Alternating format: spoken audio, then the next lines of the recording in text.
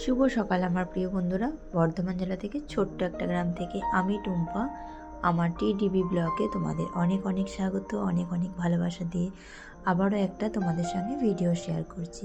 তো এই ভিডিওটা আমার মেয়ের মাধ্যমিক যেদিনকে এক্সাম সেকেন্ড দিনকে সেদিনকে ভিডিও। তো সকাল সকাল সেদিনকার মতনই উঠে পড়েছি। তো এখন বাজে ওই মোটামুটি 6:45 এরকম বাজে। তো আজকে একটু উঠতে দেরি হয়ে গেছে, কারণ উঠেছিলাম আমি 4:45 নাগাদ, অ্যালার্মটা দিয়েছিলাম 4:30। তো আমার ছোটো মেয়ে এত কান্না করছিল, আমাকে ছাড়ছিল না, সেই জন্য উঠতেও অনেকটা দেরি হয়ে গেছিলো। তো উঠেছি ওই 5:30 নাগাদ উঠেছি। তো উঠেই দৌড়ে বাসি দৌড়ে জল টল দিয়ে তারপরে যে বাসি ঘরটা ঝাড় দিচ্ছি। বাসি ঘরটা ঝাড় দিয়ে সমস্ত জামা কাপড়গুলো ভিজিয়ে দিয়েছি। ভিজিয়ে দেওয়ার পরে এই যে গাড়িটাতেও জল দিয়ে দিচ্ছি, কারণ বেরোবার সময় এত তাড়াহুড়ো থাকে, তখন চাকাতে জল দেওয়ার কথা আর মনে থাকবে না। তো সেই জন্য আমি গাড়ির ঢাকাটা খুলে চাকাতে জলটা দিয়ে দিলাম। তো চলো, তোমরা আমার আশা করি ভিডিওটা দেখতে থাকো। আর ভিডিওটা যদি কোথাও তোমাদের একটু ভালো লেগে থাকে অবশ্যই একটা লাইক করে কমেন্ট করে দিয়ে যেও।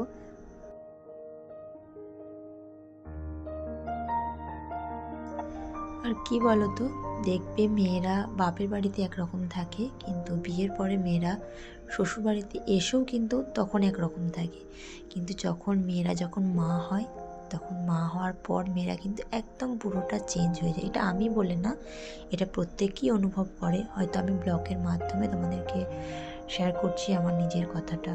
দেখবে মা হলে মেয়েরা একটা আলাদা শক্তি পায়।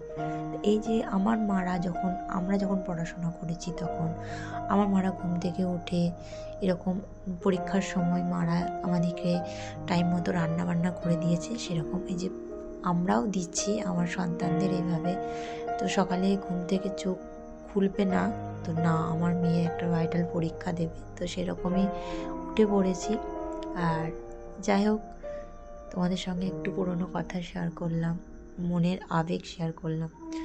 তো এদিকে দেখো, আমার কিন্তু স্নান হয়ে গেছে, পুজো হয়ে গেছে। আর স্নান করতে যাওয়ার আগে মাছটা বাইরে বার করে রেখেছিলাম। তো আমার তো ওইদিকে ভাত তো বসিয়ে দিয়েছি। আর এদিকে দেখো কীরকম একটা কাণ্ড ঘটলো। এই যে বটিটা কবে থেকেই একটু হয়েছিল, তো ভাবলাম যে না, কাটা যাচ্ছে, খুব সুন্দর সবজি কাটা যায়, আর একটু নড়ে। তো আমার তো অভ্যাস হয়ে গেছে, আর ধার ভীষণ। তো আরেকটু হলেই হাতটা আমার কাটা যেত। তো যাই হোক, এই যে আরেকটা বটি ছিল, কিন্তু এটা একদম ধার নেই, ধার করতে হবে। বর্মশাইকে বললাম যেদিনকে ছুটি থাকবে তো বটিটা একটু ধার করে দিও, নাহলে আমার সবজি কাটতে ভীষণ অসুবিধা হচ্ছিল। তো এদিকে বাঁধাকপির তরকারি করব মটরশুঁটি দিয়ে, ভীষণ খেতে ভালো লাগে। তো এদিকে চাপিয়ে দিয়েছি, একদিকে বাঁধাকপির তরকারি হচ্ছে আর অন্যদিকে মাছটা ভাজা হচ্ছে। কারণ আজকে এটা ছিল মঙ্গলবার দিন, কারণ সোমবার দিন পরীক্ষা ছিল, আবার সেকেন্ড দিন ছিল মঙ্গলবার। তো এটা মঙ্গলবার দিনের ভিডিও। আর বাঁধাকপিটা না খেতে ভীষণ টেস্ট হয়েছিল। আমার বাড়িতে বাঁধাকপি আমার বর আর আমার মেয়ে ভীষণ পছন্দ করে। অনেকে বাঁধাকপি এই সময় খেতে চায় না, কিন্তু আমি বাঁধাকপিটা খুব যত্ন করে সবাই রান্না করে। বাট আমার বাঁধাকপিটা আমি যদি একটু যত্ন করে রান্না করি, তো আমার মনে হয় বাঁধাকপির রান্নাটা খুব ভালো হয়। একটু কালো জিরে কাঁচা লঙ্কা দিয়ে ভাজা বা একটু মটরশুঁটি দিয়ে খুব সুন্দর করে রান্না করলে দেখবে বাঁধাকপিটা খেতে একটু ঘি গরম মশলা দিলে ভালো লাগে। কিন্তু আমার ঘি ছিল না, ঘি ছাড়াই খেতে খুব ভালো হয়েছিল। আমার মেয়ে বলছিল যে মামা বাঁধাকপিটা খেতে খুব ভালো হয়েছে, তুমি কিন্তু রেখে দিও, আমি রাতে এসে রাতে আবার যখন ভাত খাবে, ও তো রুটি খেতে চায় না, রুটি একদম পছন্দ করে না, তো ভাত খেতে পছন্দ করে। তো অল্প খাবে, কিন্তু ও ভাত খাবে। তো যাই হোক, আর ওইদিকে দেখো আমার রিসনে কিন্তু উঠে পড়েছে। তো মা একদম কোলে করে নিয়ে চলে এসেছিলো, পারে না এখন নিতে স্ট্রোক হওয়ার পর থেকে। তো যাই হোক, এদিকে খাওয়া দাওয়া কমপ্লিট করে চলে গেল বাবা মেয়ে।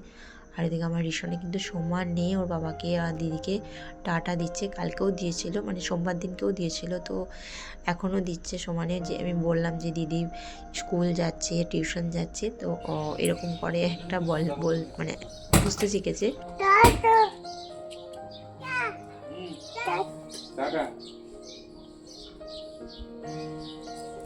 টাটা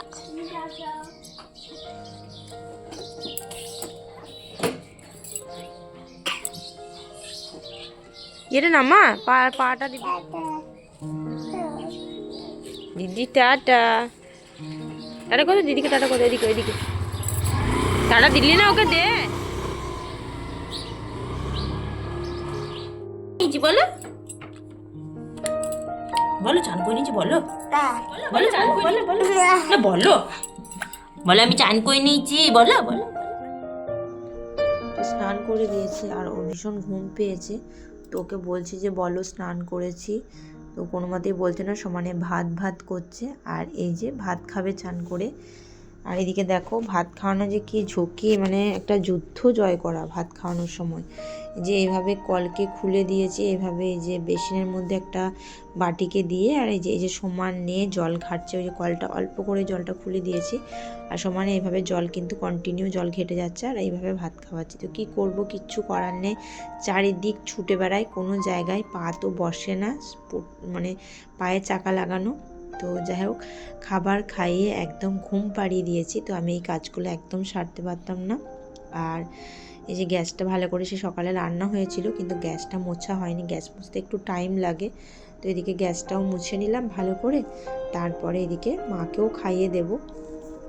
তোমরা কিন্তু ভিডিওটা স্কিপ করবে না, ভিডিওটা তোমরা কিন্তু একটু কষ্ট করে দেখো। মায়ের কিন্তু খাওয়া দাওয়া কমপ্লিট করে দিয়েছি। আর এই যে বিকেল দিকে মাথাটা ছাড়ানো হয় না, তো ভাবলাম যে মাথাটা ছাড়িয়ে দিই, কারণ এরপর মা শুয়ে পড়বে আর আমারও বিকেল দিকে কাজ থাকে। তো আমার তো সমস্ত কাজকর্ম হয়ে গেছে, তো ওরা এরপর আসবে। তো চলো, আমার ভিডিওটা এই পর্যন্ত রাখছি, দেখা হচ্ছে তোমাদের সঙ্গে খুব শীঘ্রই নেক্সট অন্য কোনো ভিডিওতে। চলো, ততক্ষণের জন্য ভালো থাকবেন, সুস্থ থাকবেন, টাটা।